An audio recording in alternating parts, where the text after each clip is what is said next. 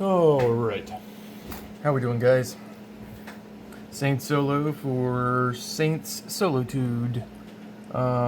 Here's what I have going on. So I keep going back and forth on the hit locations for my game. And initially I was just going to do a D6 system, but I have since stepped away from it, and then far away from it at one point. The thing is that my game uses a D10. As I've said before, if you see my last video, it uses a D10 with your attributes. So say it's combat. Say you have a combat of 6. So then you roll your D10. This would be a 12. And then you have to beat a random D20. It's swingy because so is a real fight. Okay.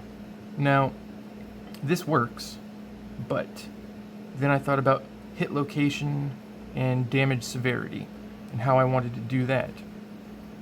Initially, like I said, I had a D6, but it didn't feel right to me. So at this point, I'm back and forth between a D10 for hit location and a D100, which is far more granular, which I like. I mean, it looks fantastic on paper. But if I continue to use the D10, then I can determine the entire situation with just one roll. And that is what this illustrates, is that you have your action die, which is your D10, plus your combat score, which in this case we're using the D6, versus the challenge die, which is your D20 for the target. On a success, meaning your D10 beats the D20, you can proceed with determining the hit location. So without rolling it again, you would look at this, and that shows that you hit them in the right arm. The severity would be a 13, which is severe, means it's possibly broken bones, heavy bleeding, and a serious injury.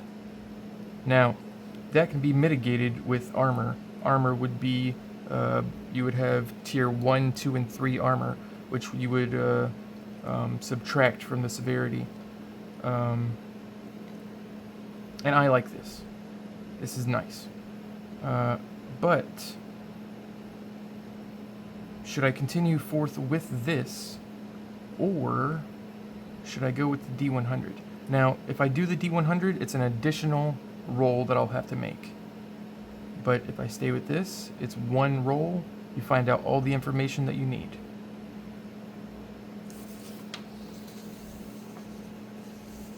This is the D100. Now, the 20, 10, 8, 6 that would be the usage die. So on your 1, 2, and 3 tier armor, every time it takes a hit, you would have to roll a usage die to see the stability of that piece of armor. You could also do that here, but I just don't have it. I don't have the thing, I don't have it printed up yet. But I don't know. It looks great. Maybe a little busy, but I don't know. A D100 just seems so much more intuitive.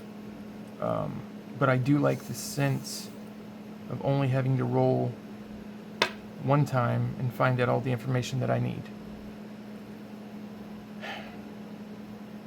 That's pretty much what I'm at. That's what I'm doing.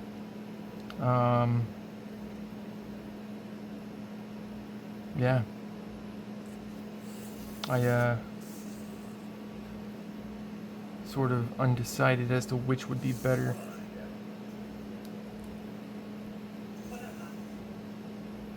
Both are nice.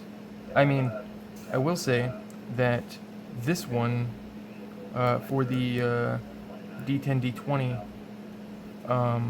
the severity is a little bit more limited, whereas with the D100 I wrote up significantly more details.